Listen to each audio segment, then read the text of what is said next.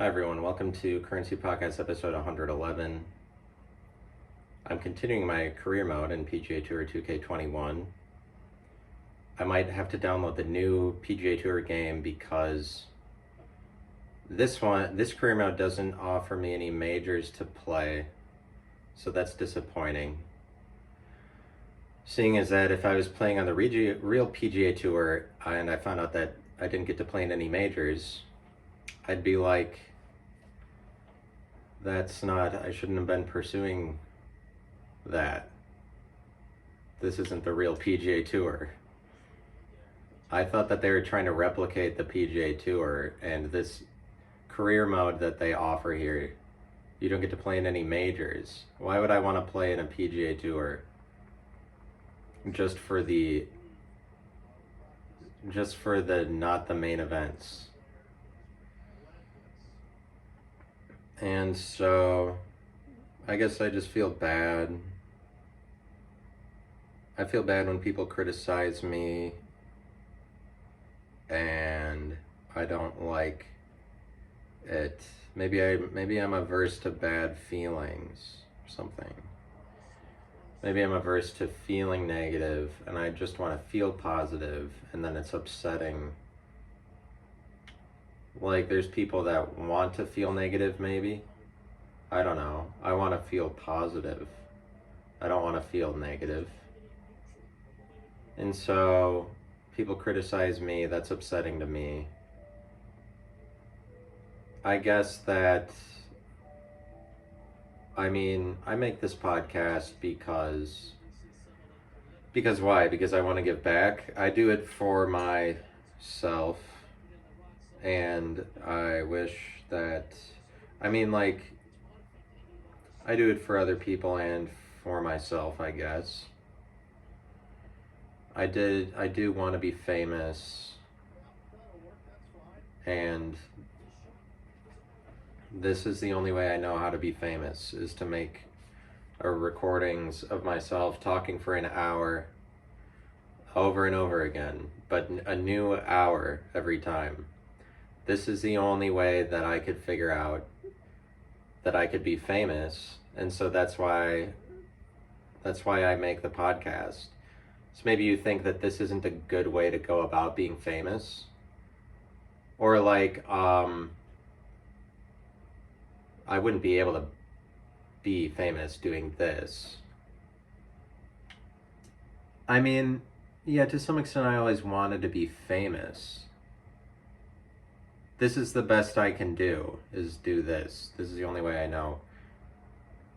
So yeah, I'm not cool and I'm not popular in real life.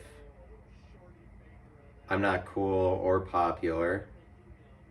And I guess it's not that easy to find that out, but it is easy once you realize it. It's great to find that out, honestly.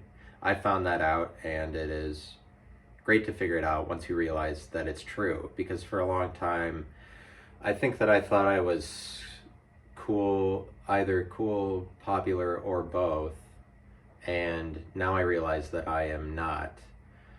But I'm just not cool and not popular for real. Actually, I'm not cool and not popular. It's not always, that isn't completely the case with me, that I'm not cool and not popular. It's just that I'm not cool and I'm not popular for real. Actually, I'm not. But for pretend, yeah. For pretend I am. And so at least I have that. I'm popular for pretend. And I always wanted to be famous. And so, but I have ways of going about that. I don't plan on this podcast being only this. Maybe it could be only this, and then it could be really big or something. In case you're wondering, why do I make the podcast? I wish that people knew me before I died. I don't really see a reason to be alive besides leaving a legacy behind. And so this is the only way I could figure out to this point that I might be famous. So yeah, maybe you can call me an idiot for thinking that this would work or whatever. That's fine.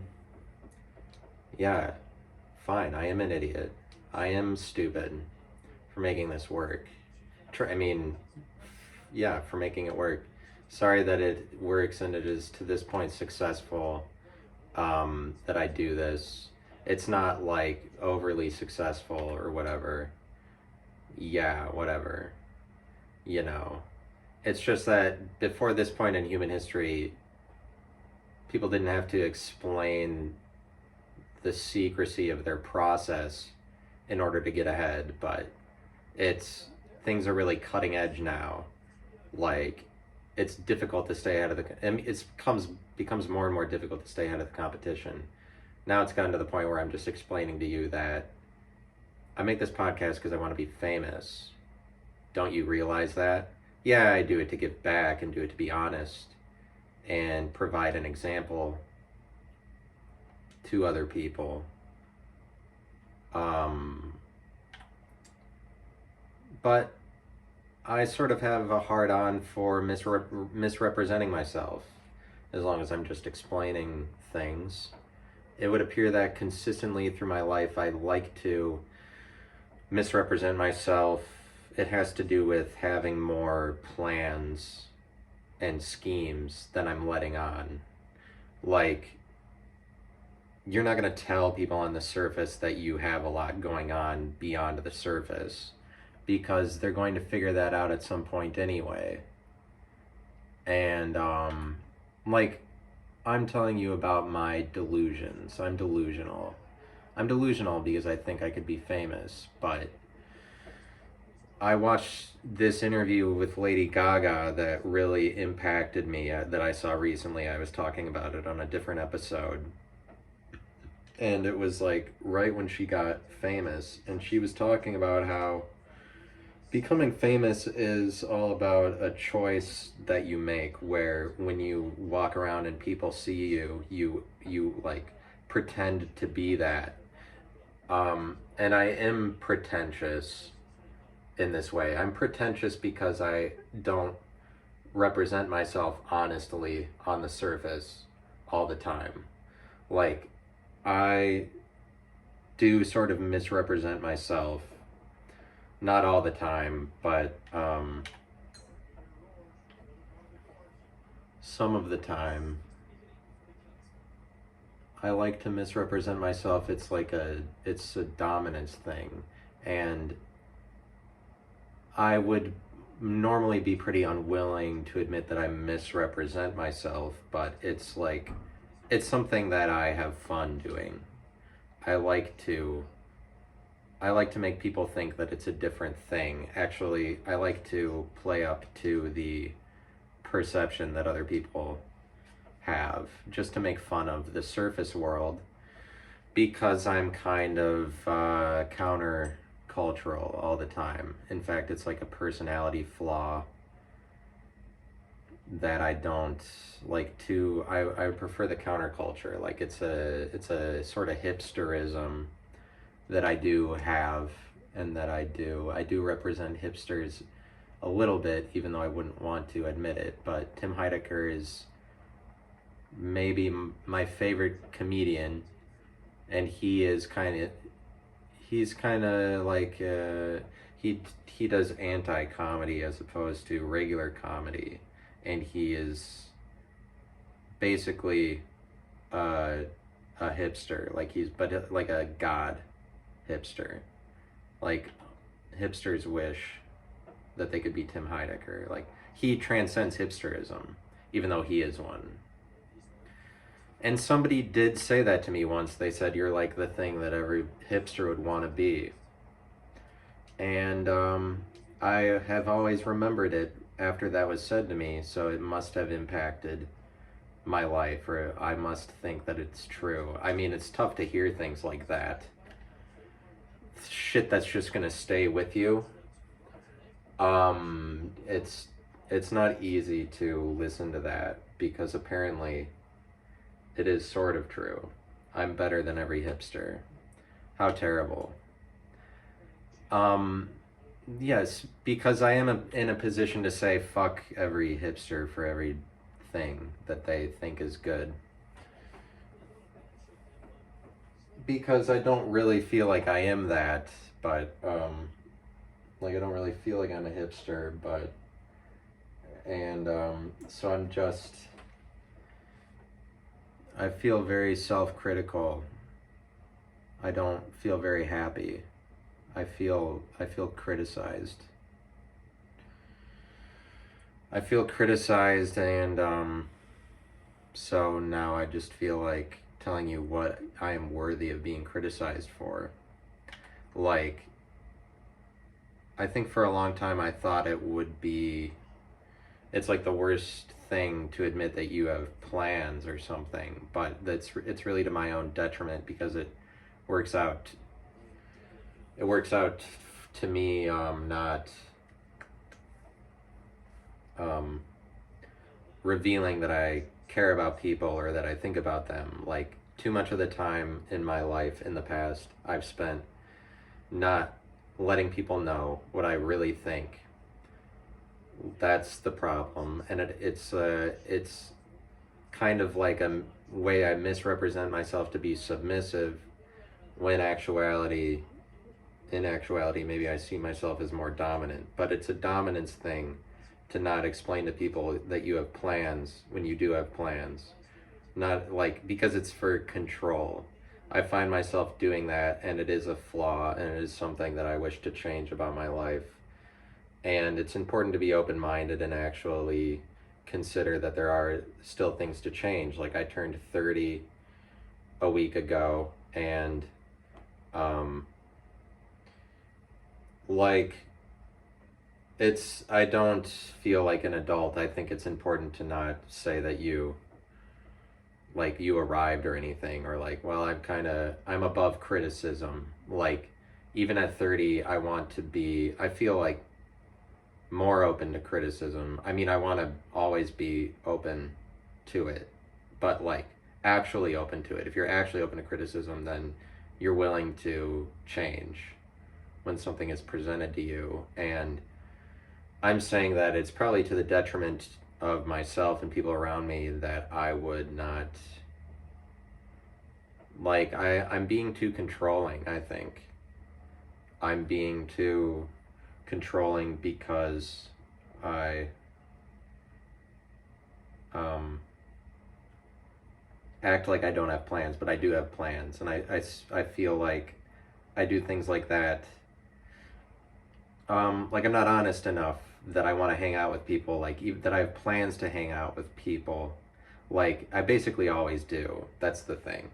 I'm always planning and I'm always scheming, and I kind of act like I have none of those going on. But like, they're not bad schemes. A lot of them are just thinking about how I can hang out with people, and it would be fun to hang out and do these specific things. Like, I'm kind of particular, and I just avoid saying all of them, and I pass it off as passivity, or like, well, I'm just submissive, or I'm chill, or I don't care. And that's the thing, is that I'm not chill and I'm not cool. I'm kind of a spaz, and I have a lot of um, things I want to do. Like, I have plans to hang out with all of these individual people that a lot of them wouldn't even know. Like, lots of people. I want to hang out with everybody. I want to do lots of things. It's just that I act on so little of these plans, and I'm not alone in this. Like, this is something that it's very convenient to do this thing that I'm describing, this flaw about myself. It's convenient to do it because it puts people under your control when you don't reveal that you were thinking about them, even though, and I'm saying, like, letting people know that you think about them is difficult because you're admitting that you have like plans or schemes in your head to some degree, and so you don't want to reveal. And I think that the more plans and schemes you have is kind of the more dominant that you are. And then if I don't express that I have these plans, then this just manifests itself as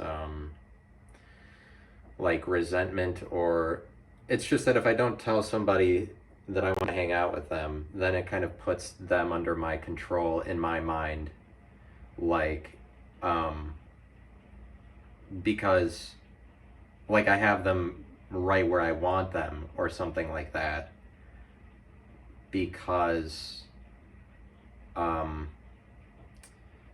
they don't know that I want them around, and so they are intimidated by me or something like that. It's a dominance thing. It's an imposing thing, like I'm trying to be intimidating so I don't express that I care about people. Like what it ends up as is I come across as scary and mean, like, or above everybody, like I'm so independent or something.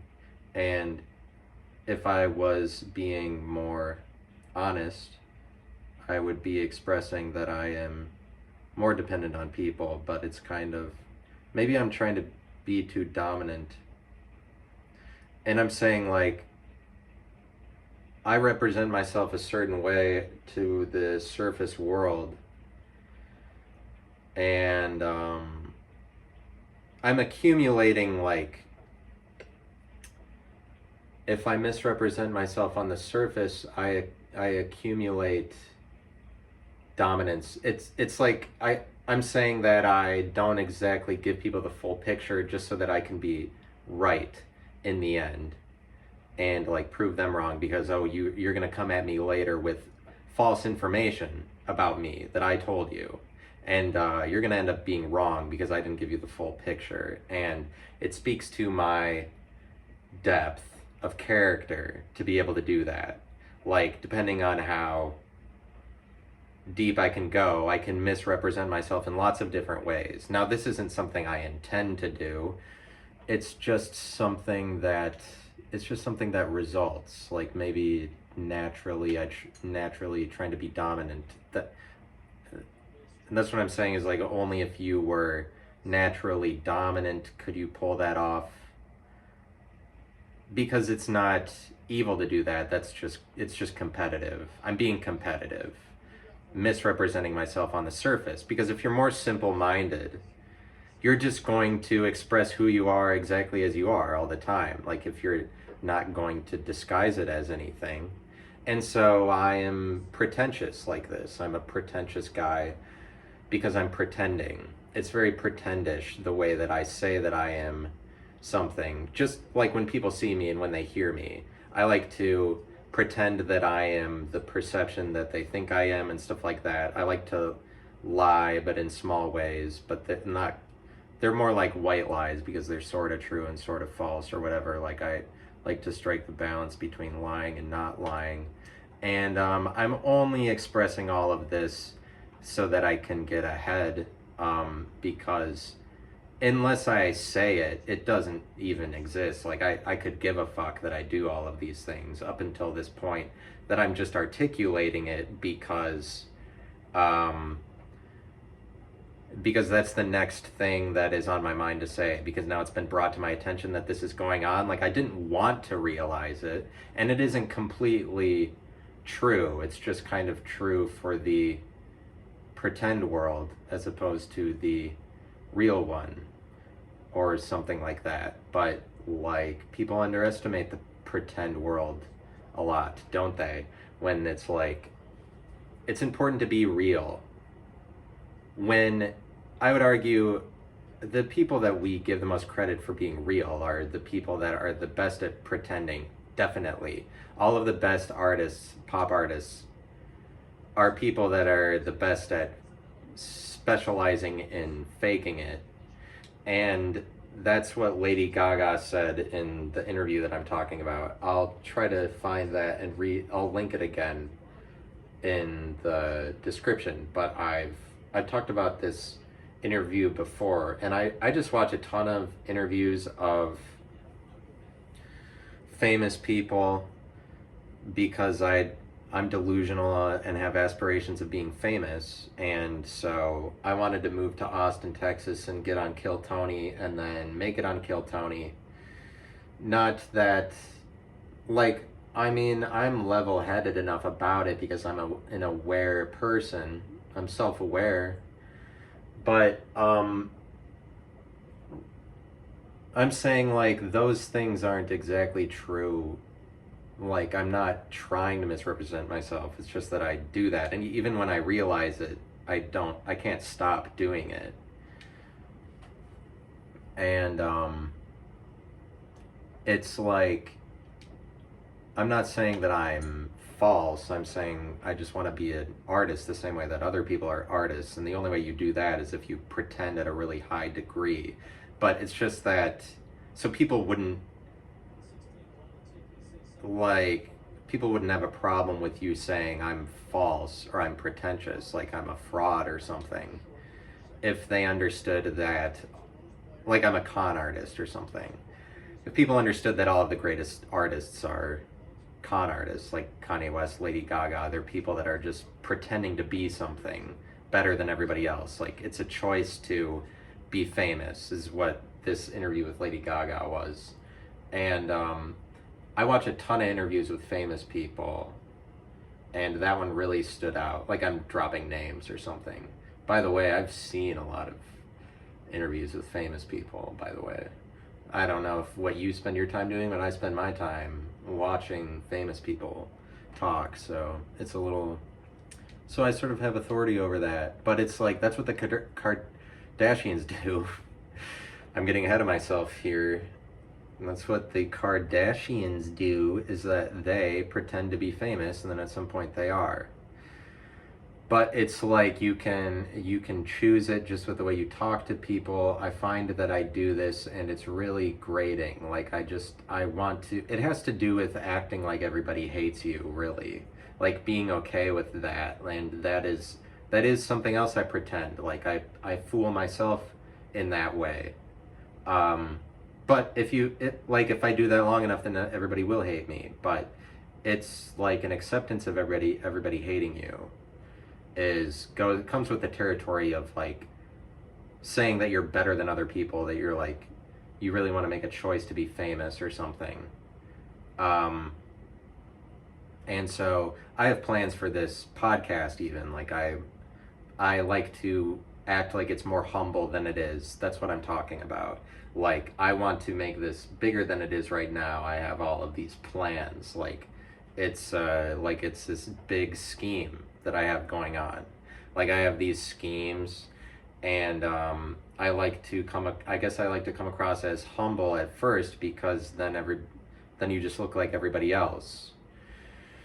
Um, so like I'm no, and people don't. I'm saying this to get ahead though. Other artists don't admit on their own, directly on their own platform, that they're pretending. I'm a pretender.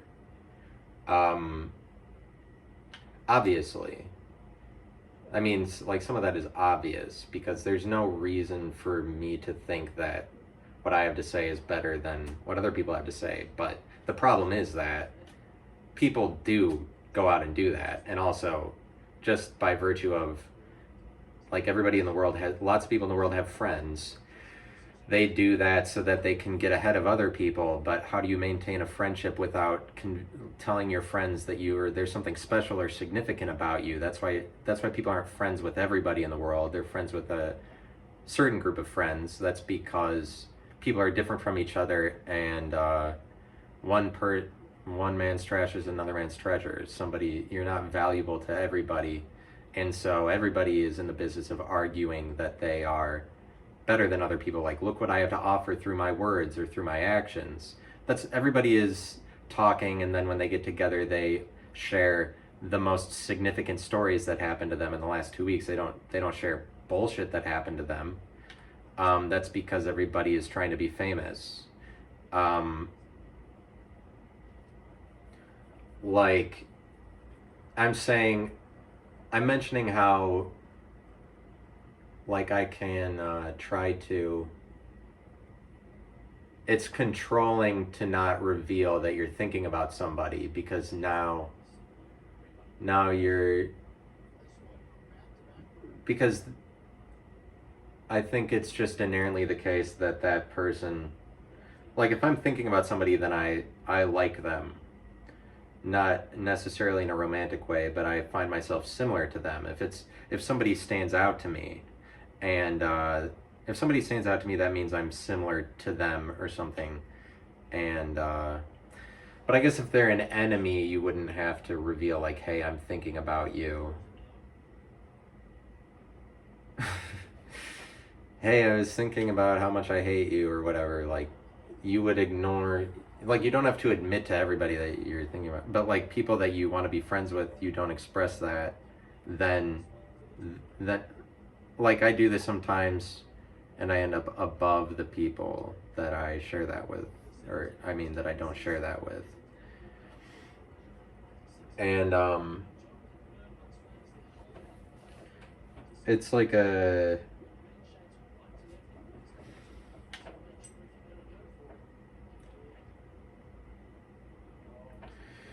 but in the last episode, I was talking about the movie Good Will Hunting, and I talked about it incorrectly because I said that society seems to want to, um, but it's just that like misrepresentation. There's a lot of talk about misinformation. People don't talk about misrepresentation. I like to misrepresent myself because it's just something naturally I'm going to do. Like I can tell you that this is like a flaw, but I don't have a problem with it because that's just a hustle. Like everybody has a hustle because they have to be current. And it's like everybody is already current, but as far as the public world is concerned, I think that a lot of that, like having friends, is for the public sphere. As much as people would like to say it's only private, I don't know. This is maybe just a way that I view it because of the things I've already mentioned. Like I'm geared toward a public mindset instead of a private one, so I'm not much inclined to think that things that happen privately should always be done privately. Like I kind of like because maybe I'm more competitive, I think that everything is done as a ploy for the public sphere to be seen publicly. This is what I'm concerned with. I'm concerned with appearances. And so upon admitting this, like, oh, you got me. I just wanted to be famous, or I'm just concerned with appearances. I guess that's all. Like, I think that that's a misconception about it, is that, like, if you admit that you're a fraud or something, then that just proves that you are one. You just have to be a fraud, but at a high level, but it's just something I'm naturally producing. And, um, yeah, like maybe I have borderline Asperger's and I interpret words too literally, and my last name is Connor, and then what do you know? I thought that I had to con people for real because I have Asperger's and interpret words literally, and it's, and that kind of thing, like name bias doesn't get any, nobody expresses that that's actually a thing because at the point that anybody tries to say that Donald Trump, oh, like he trumps people, like he's playing the trump card or whatever, when you try to actually say that his last name has to do with his success, that's always met with complete silence. Nobody wants to discuss the possibility of that because it's people don't want to admit it, that that's actually just a real fundamental issue in the world today, is expectancy that we put on people to live their entire name under one heading. People don't want to admit the error of this or go into the problems associated with that. And it's really like Trump probably has borderline Asperger's and I'm just saying that as he's somebody who interprets words too literally. Like those people definitely exist that interpret words too literally. and then you force everybody to live their life under one character name. And so maybe that's part of it. Maybe that contributes to my need to be pretentious. Um, is that, like, I mean, overall, I just like to make fun of people's words, and I like to make fun of the idea that I would say something and then you're going to hold me to that just because the world carries out everything in terms of, oh, I have to choose a new contract. I'm going to contract with, who am I going to contract with? This is exciting. I made the PGA Tour, I get to choose my sponsor. And in case you're not watching, you could pick Adidas, Ben Hogan, Bridgestone Golf, Callaway, TaylorMade, Tattoo Golf, Royal and Awesome, Malbon, the Golf Club, Under Armour, or Wilson. I'm going to say I want either Adidas or Callaway, but I'm going to go with Callaway. I've always liked Callaway. Probably because it's royal. And I am a king or something like that. I don't know, Callaway. They're just a good standard in golf, but I do like Adidas though. I don't know what I just got to get back to playing golf for right now. All right, thanks. Now I have a new contract. Feels great. So I'm going to play the third event of my PGA Tour career. I just missed the cut in the second one. Live in front of you, I missed the cut in my career mode. I guess because I turned the difficulty of the CPUs up to 110%, so that I made it more difficult for myself. But like, yeah, like I'm narcissistic or whatever. I want to make this podcast bigger. So I was thinking about moving to Austin, Texas. Like maybe I'll move there and I could be famous because they offer so many opportunities in comedy. That would be the easiest path to be famous. But I decided recently that I don't know that I do want to do that. I think that the city I'm already living in has some amount of potential to do the things that I want to do. And it's really like, yeah, I want to be famous, but I mean, I just think that everybody's famous, everybody's popular. That's the problem with it, is stigmatizing celebrated figures, stigmatizing popular figures, stigmatizing popularity, acting like a popular person is a different person or really deserves a different status is a lie, because everybody is relatively popular. And what I'm talking about is just the border between the public and the private sphere. Is we need to understand the link between these two things, and currently we like to live as if they're separate, but they're conflated, the public and the private sphere. And I'm saying they're conflated to the point that even when people who are doing nothing evidentially to make themselves famous, they're still hanging out with their friends. They're still trying to get a lot of friends, like publicly, and you see your friends in public places rather than, I mean, you see them in private places and in public places. But I'm saying that it's more like you can view it as a competition or you can view it as a non-competition. Like you can say that everybody's different or you can say that everybody's the same.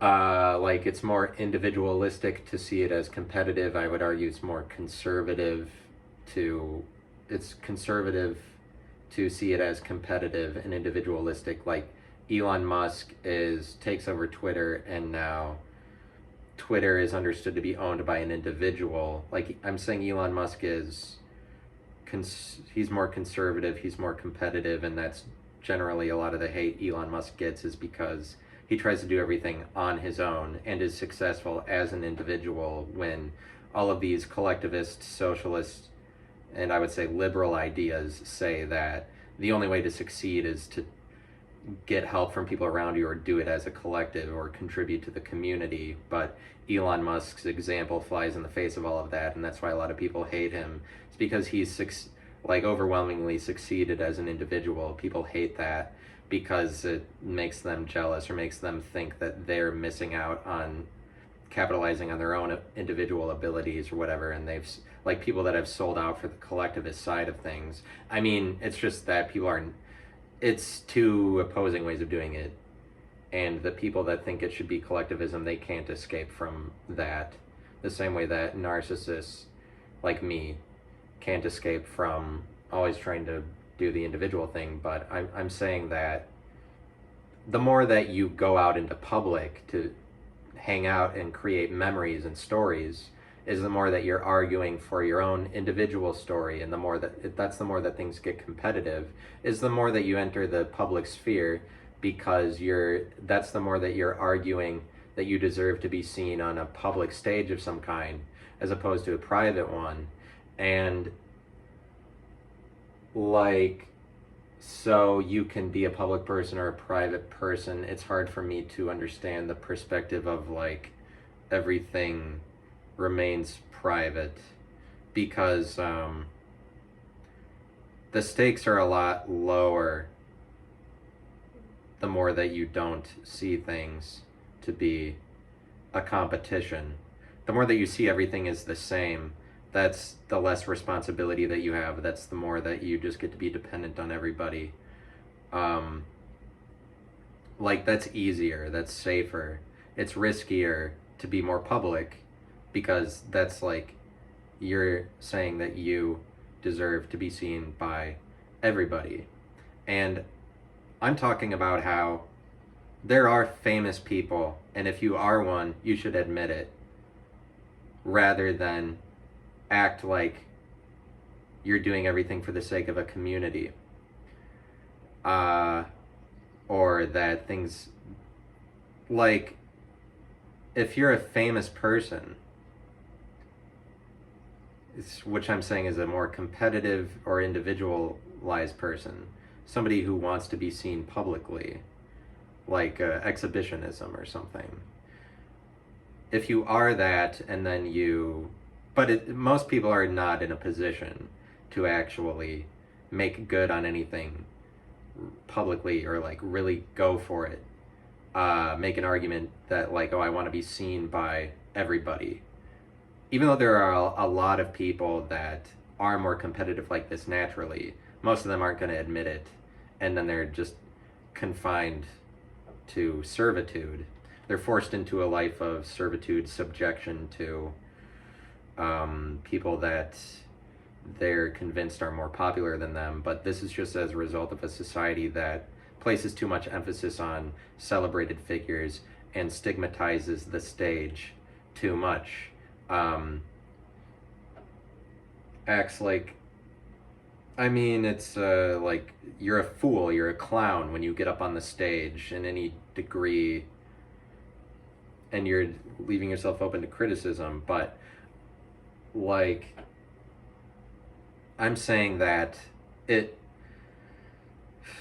long as I'm not willing to admit that I have plans, or like that I'm sort of dominant in some areas, it ends up bad for people around me, because then I probably just end up being more controlling or something. Like, if you're a famous person and you don't admit it, then what's it gonna cause you to do? It'll just manifest itself as you controlling people around you, because it's really easy to act like, pass it off as you're humble. But I mean, that does become your life if you really are humble, if you're subjected by everybody else. But like, there's relative levels of popularity is what I'm saying. People have like 40 friends, they're popular already. It's just that we don't consider you to be popular because we think popular has to be millions of people. It's the same with famous. But I would say that what actually makes you famous is just if you're a person who's always scheming to be in the public sphere. And if you don't get to express that you're scheming and planning to be in the public sphere, whether it be making content or whether it be just hanging out with friends, hanging out with, it could be lots of friends. And I would argue if you want to hang out with lots of people, this is a sign that you're dominant, because it's the people that make the most connections that are the most dominant. Like Bill Gates gets to where he is, yeah, because he's brilliant and inventive or whatever. But it's more because he is able to make connections with lots of people. Um, you that's how you become powerful. That's how you gain power and authority and dominance. So you make lots of connections. And if you're a schemer and you're a planner, you're not going to make lots of connections with people. And like, this is something you have to do publicly, and you have to admit publicly, is that you want to hang out with somebody, especially when they're a stranger initially.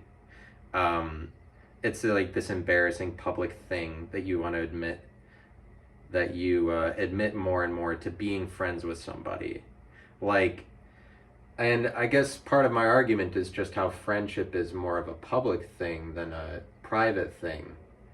Even though we would like to say that it is private, the more that you go in that direction is the more public it gets. But it kind of lessens the impact of an individual friendship. Like, it waters down friendship the more friends you have, certainly. But then it's like, if you keep going in the direction of having more friends, this is just the direction of going more public or being more powerful or more dominant, and you're letting, I mean, I don't know, like, there are some people that just make a few friends and then they make it private. Like, I just wish that I wish that I did more to express that I want to make connections with people or whatever. And like, it's just the more that anybody goes in the direction of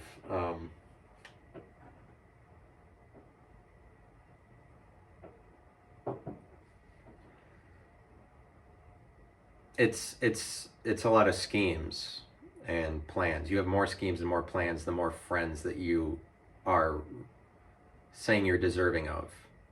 Like, so I have plans to hang out with people and do these things or whatever. And besides that, like, I have plans to make this podcast, whatever. I have all of these plans. Like, I want to fill my time with all of these things, and that are going on in my head. A lot of them are public things, because that's what I find to be valuable, is gaining authority in public sphere rather than a private one. And so, like, if I don't admit this, it will just turn into then I'll end up as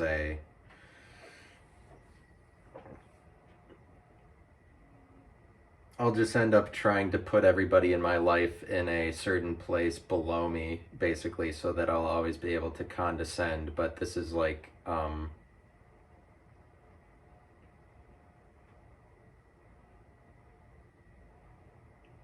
so I try to avoid doing that. But I'm talking about how it would be easy to say that that isn't a flaw, like coming across as humble or chill. That, like, well, I don't want too much out of other people, and I seem to misrepresent myself in this way. I don't want things out of other people. Like, I'm really chill. And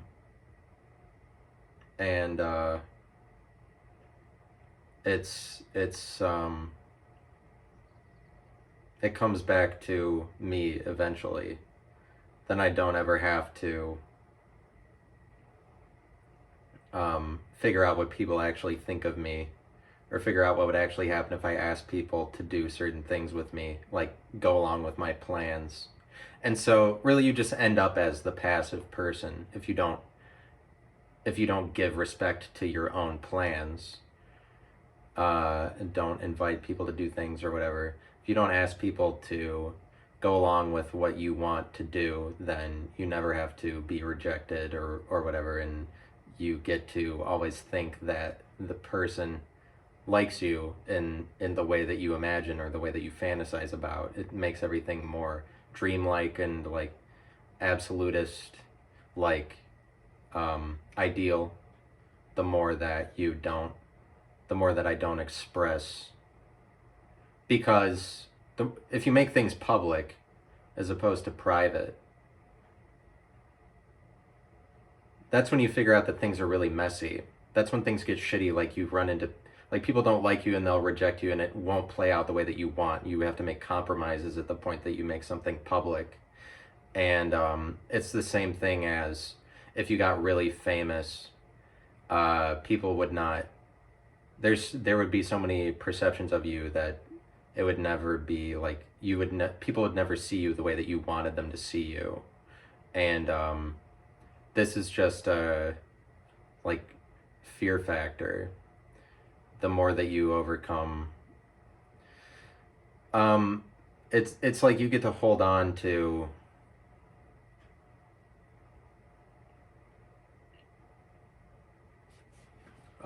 I don't know.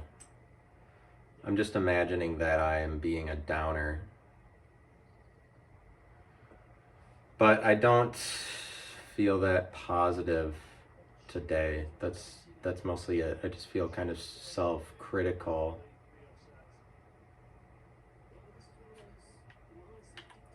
And ooh, almost made it. 46 minutes. But what I'm saying about Good Will Hunting is that it's a classist movie because they're like, well, we all know that there's no such thing as a smart janitor, so let's go on from there. That's square one. All janitors are stupid. That movie is like, there's no janitor that knows things that college students don't. This is impossible. What went wrong here with there being a smart janitor in Good Will Hunting? Like the college students have more money than him. How is he able to figure out this math problem when everybody on this other side of the chalkboard has more money? That doesn't make any sense. Like, I figured out that my problem with Good Will Hunting is that it's a classist movie because the way that they talk about what it means to be good, the movie is arguing that a good person is somebody who displays traits of richness, like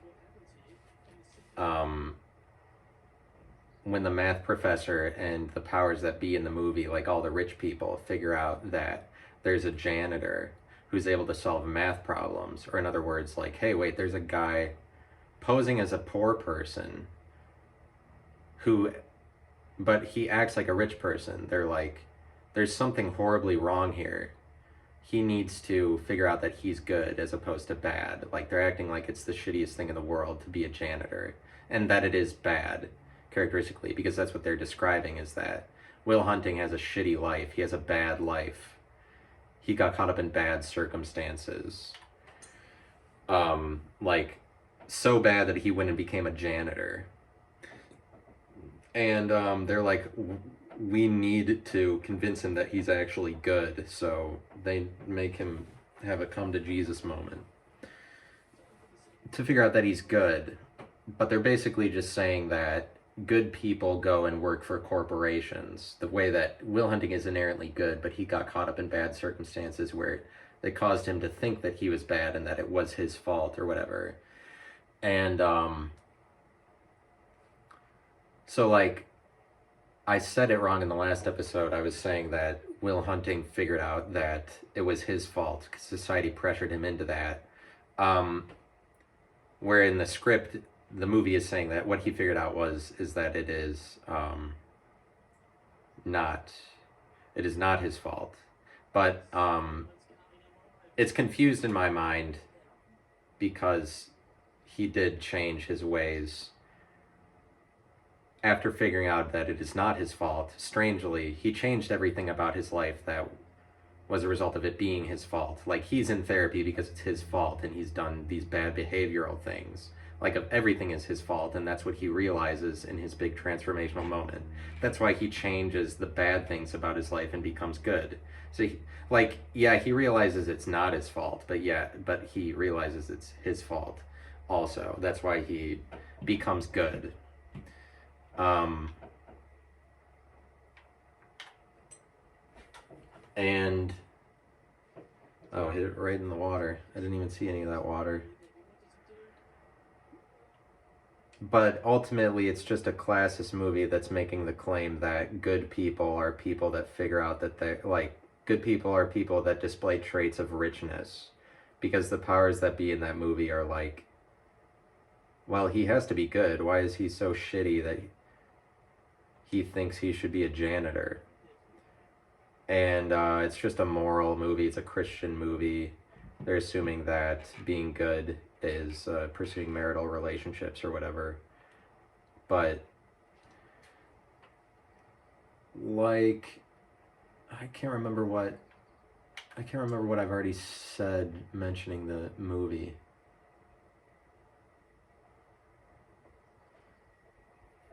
But I wouldn't ever want to be like Will Hunting, because I would prefer to figure out that I was bad rather than that I was good, because I'm not a good person. I wouldn't want to be.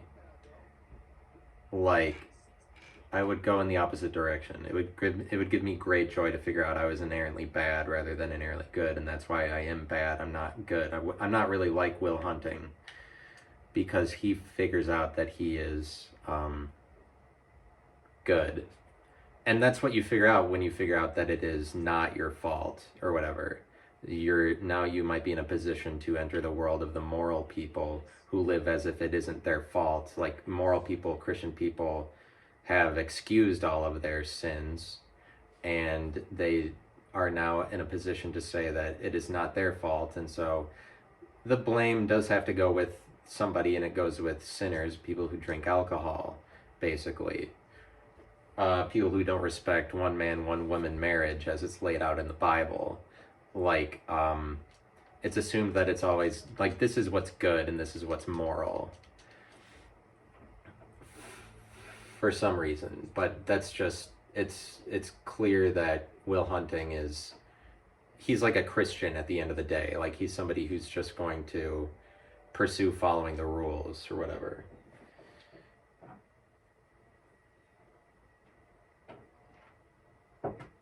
And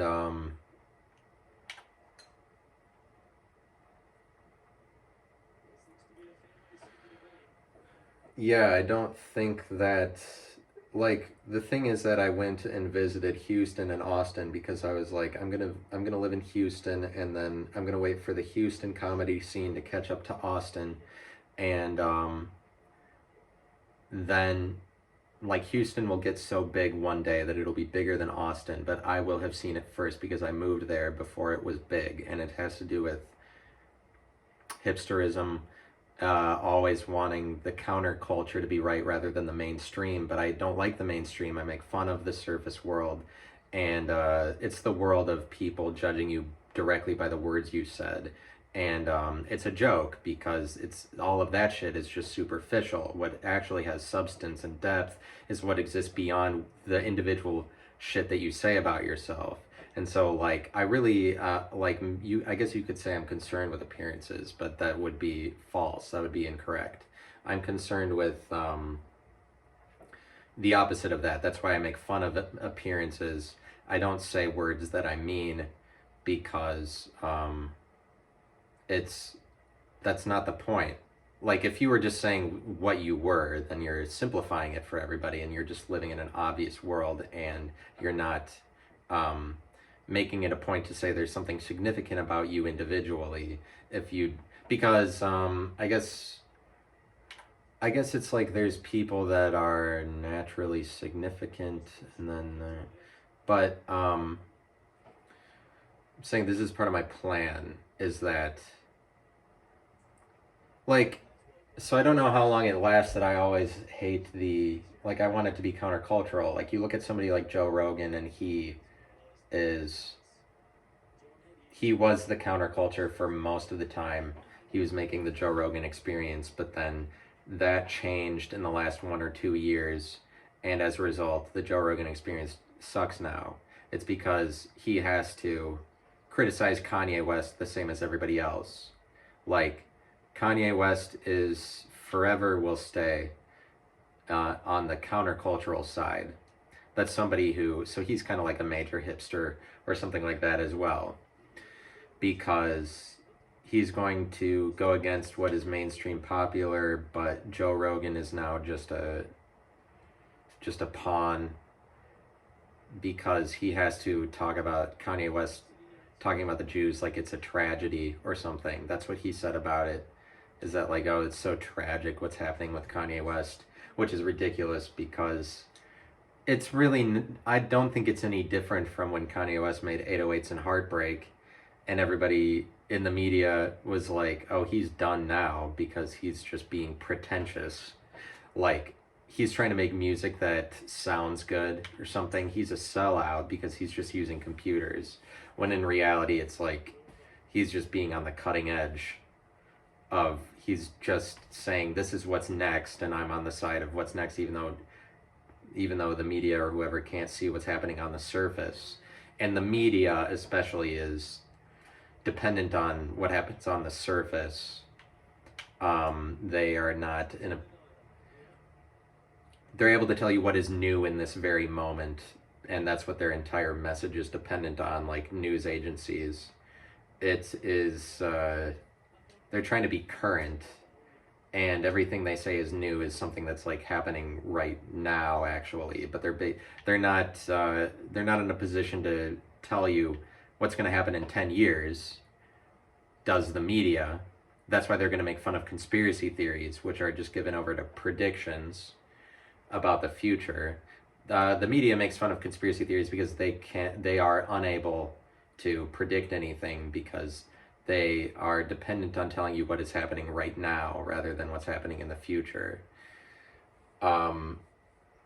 Over and over and over again, they are confined by the present moment. It'd be like being confined by obviosity, or what is good and what people know right now. It's easy to do that. It's more difficult to predict something, but like, shoot, what was I just saying? I don't like the surface world, so I make fun of things that happen on the surface, like whatever you're saying in front of somebody, and it's kind of like I do that to accumulate rights and authorities. Like like I'll be able to be right in the future if I misrepresent myself in the present. And that's something that the like liberals are terrified of or something, as if nobody is ever trying to be misleading. And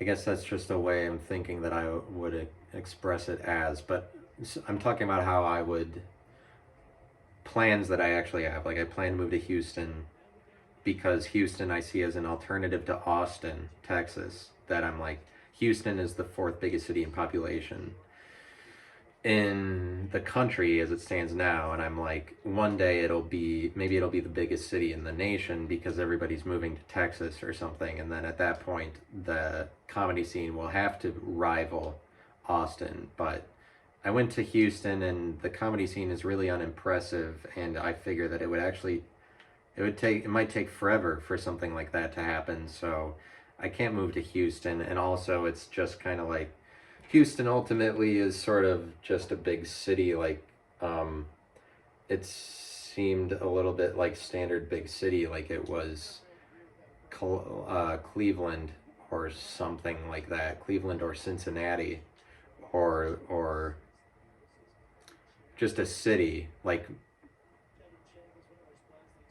Detroit or something. I don't know.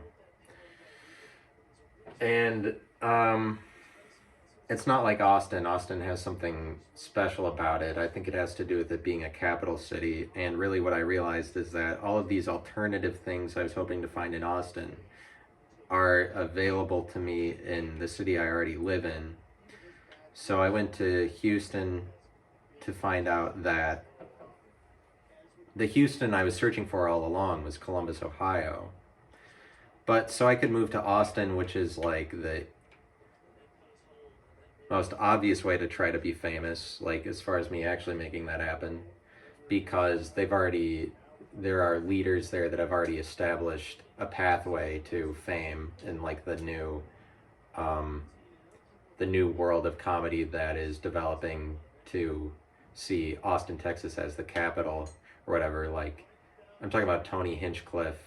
What he's created with his podcast is a safe haven for any aspiring comedian. And so that's very alluring. But the truth is that the first time I figured out what Kill Tony was, it kind of sent me into a spiraling depression because I was thinking about how I will never come up with an idea as good as that, and I probably never will. But if I'm being honest, what I want to do is I don't want to be a pawn in the scheme of Tony Hinchcliffe. So maybe I don't want to move to Austin. I want to create my own scheme. I want to rival Tony Hinchcliffe. That's how delusional I am. That's how narcissistic I am. I think I can come up with an idea as good. And I hope to do that. And as it's unfolding for me right now, I picture that maybe it's something like cities in the Midwest, even like the one I'm living in, have the potential to be really big. I do think that the future will deteriorate centralized populations of cities. I mean, everything is a war of civilizations, and like there actually isn't any reason why a big city wouldn't become the biggest city, because that's the way that civilizations work. Like the most powerful civilization for a century can just arise out of nowhere. That's what the Songhai Empire tells me. The example of the Songhai Empire tells me that empires, like an empire that can grow to be the biggest in the world at the time, can actually arise out of anywhere. But so I want to stay in Columbus, Ohio, and do something like Tony Hinchcliffe does, but on my own, and become famous doing it. And it has something to do with this podcast that I'm already doing, and changing the format and making it bigger and better than it is now. Though it starts with these humble beginnings in my dreams. The humble beginnings are just a way I'm misrepresenting myself. Like, hopefully I am misrepresenting myself, because the way that it stands now is it's not what I want it to be. Like, I want it to be better than this. And so, like, maybe I should have more gratitude or be content, but I'm just not a content person. And I just want blood. Like, I want to win a game or something. And so I'm so delusional that I wouldn't even consider fame on Tony Hinchcliffe's dime to be famous enough. So I'm not going to move to Austin, Texas. I'll probably visit it. I can be friends with all of those famous people down there once I am famous, but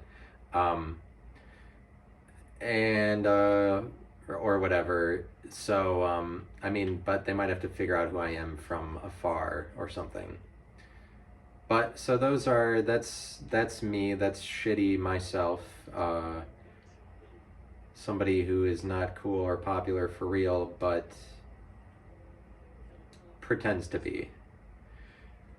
And so thank you for listening to that. I'll make more episodes later on. Goodbye.